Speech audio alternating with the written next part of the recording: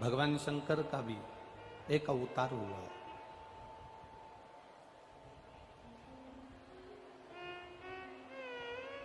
शिव जी का एक अवतार यही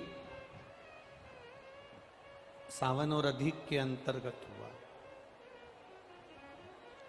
अधिक मास मतलब पुरुषोत्तम, पुरुषोत्तम मास मतलब जिसको लोग मलमास कहते थे, उसको पूछते नहीं थे, उसको सम्मान नहीं करते थे, उसको आदर नहीं करते थे, उसको सत्कार नहीं देते थे।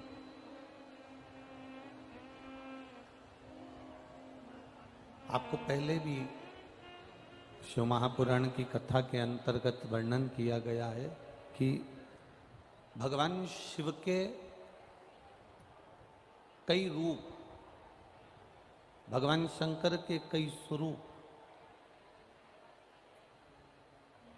संपूर्ण विश्व के कल्याण के लिए प्रकट हुए।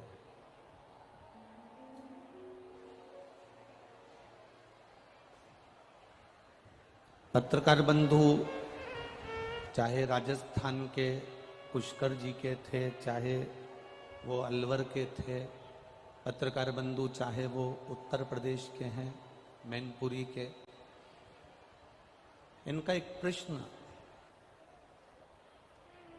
यह अधिक मास और सावन के चलते हुए इनके भीतर एक प्रश्न रहा है कि आखिर दो सावन का, सावन में अधिक मास का इतना महत्व क्यों है? अधिक मास तो हर बार आता है, 3 साल में आएगा, कभी कार्तिक महीने में आ जाता है, कभी अश्विन में आ जाता है, कभी आषाढ़ में आ जाता है, कभी जो उसके अनुकूल तिथियों से जो घट बढ़कर जो आता है, विद्वत ब्राह्मण जन के हिसाब से, तिथियों को कालचक्र के हिसाब से, समय घड़ी के हिसाब से, जो नक्षत्रों के हिसाब से बढ़ चढ़ कर आता है, वो एक प्रसंग के अनुसार जब भी आया अधिक मास। पर सावन के महीने में अधिक मास की महत्व तक क्यों बढ़ जाती है? क्योंकि इसमें शंकर भगवान का एक अवतार हुआ है।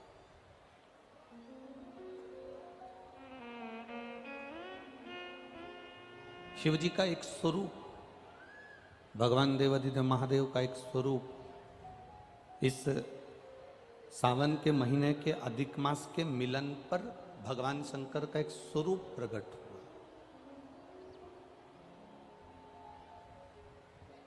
भगवान शंकर का एक स्वरूप जनमानस के कल्याण के लिए प्रकट हुआ। और केवल शिव महापुराण की कथा कहती है कि केवल वो संपूर्ण जनमानस के कल्याण से ही मतलब नहीं है, संपूर्ण देवताओं का भी, विश्व का भी, संसार का भी, जलचर, थलचर, वायुचर, जितने संसार के जीव हैं, इन सब के कल्याण के लिए।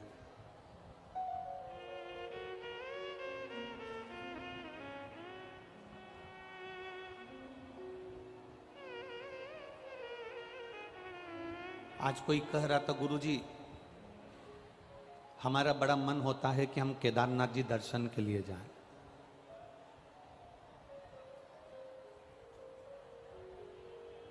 हमारा बड़ा मन होता है कि हम अमरनाथ जी दर्शन के लिए जाएं। जब सुबह के क्रम में कोई मिलने आया तो उसने कहा कि हमारा बड़ा मन होता है गुरुजी कि हम केदारनाथ जाएं, अमरनाथ जाएं, सोमनाथ जाएं, काशी जाएं, कुबेरेश्वर धाम सीहोर जाएं। हमने उनको वहां तो उत्तर नहीं दिया, पर इस व्यासपीठ से इतना जरूर कहना चाहेंगे, आपका मन केदारनाथ जाने का हो रहा है, आपका मन अमरनाथ जाने का हो रहा है, आपका मन काशी जाने का हो रहा है, आपका मन सोमनाथ, मल्लिकार्जुन, भीमाशंकर, इतनी स्थानों पर अगर जाने का हो रहा है, तो पहले आपसे निवेदन करेंगे कि जाने की तमन्ना तुम्हारी सब जगह पर है, मना नहीं है, पर पहले, सबसे पहले तुम्हारी जाने की तमन्ना सब जगह पर हो, पर सबसे पहले तुम्हारी चित्त वृत्ति में, तुम्हारे मन में ये विचार लेकर आ जाओ, एक विचार तुम्हारे भीतर ये लेकर आ जाओ कि हम पहले अपने घर के नजदीक में, घर के पास में जो शिव जी का मंदिर, हमारे घर के पास में जो शंकर का मंदिर हो, हमारे घर के पास में जो शिवालय, हमारे घर के पास में जो शिवालय, जो शिव का मंदिर हमारे घर के पास में हो,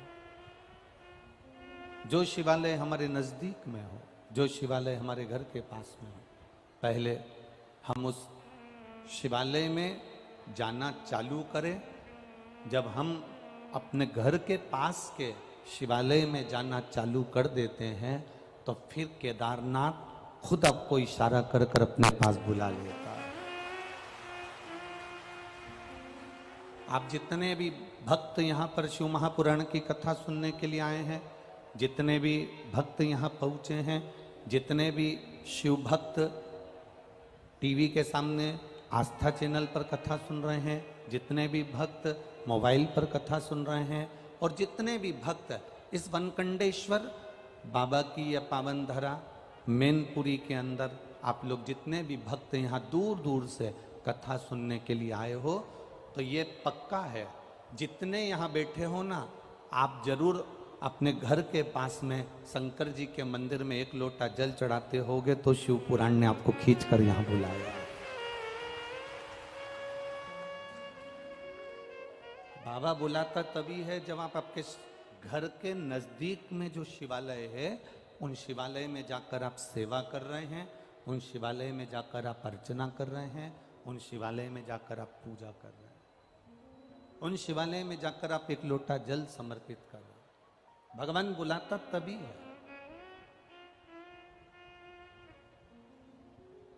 अच्छा, एक विचार करिए, आप जिस कॉलोनी में रहते हो, जिस मोहल्ले में रहते हो, जिस कॉलोनी में, मोहल्ले में, जिस वार्ड में रहते हो, जिस क्षेत्र में रहते हो, और उस क्षेत्र में अगर तुम रह रहे हो और तुम्हारे 4 घर छोड़कर किसी की शादी है और तुम उसे नहीं पहचानते, वो तुम्हें नहीं पहचानता, तो तुम्हें शादी में बुलाएगा क्या? जम के तो बोलो जरा, नहीं बुलाएगा ना। शादी में कब बुलाएगा वो? जब तुम्हारा उसके घर में आना जाना होगा, उससे पहचान होगी, उससे मिलना जुलना होगा। राम राम, सीताराम, जय श्री कृष्णा, श्री शिवाय नमस्तुभ्यम, हर हर महादेव, बोलबम का नारा, बाबा एक सहारा। जब तुम एक दूसरे से मिलोगे तब तो वो अपने घर की शादी में आपको बुलाएगा। अब केदारनाथ क्या है? शंकर जी का घर। अमरनाथ क्या है? शिव जी का घर। कैलाश मानसरोवर क्या है? शिव जी का घर। महाकाल क्या है? शंकर जी का घर। काशी क्या है? शिव जी का घर। सोमनाथ क्या है? शिव जी का घर। भोलेनाथ तुम्हें अपने घर में बुलाएगा जरूर, पर पहले उससे जल चढ़ाकर पहचान तो बना लो। अपने नजदीक के शिवालय में जाकर एक लोटा जल तो चढ़ा लो। जब हम अपने घर के नजदीक के शिवालय में जाते हैं, अपने घर के नजदीक के शिवालय में पहुंचते हैं, एक लोटा जल जब हम समर्पित करते हैं, तब जाकर मेरा महादेव भी अपने घर में तुमको बुलाकर तुम्हारा कल्याण कर देता है। ये हमारे ऊपर है। अब तुम अंदाजा लगा कर बैठे हो कि मैं कथा में जाऊंगी, मैं कथा में जाऊंगी, मुझे कथा में जाना है, मुझे शिव पुराण में जाना है। तुम ऐसे शिव पुराण में जा ही नहीं पाओगे।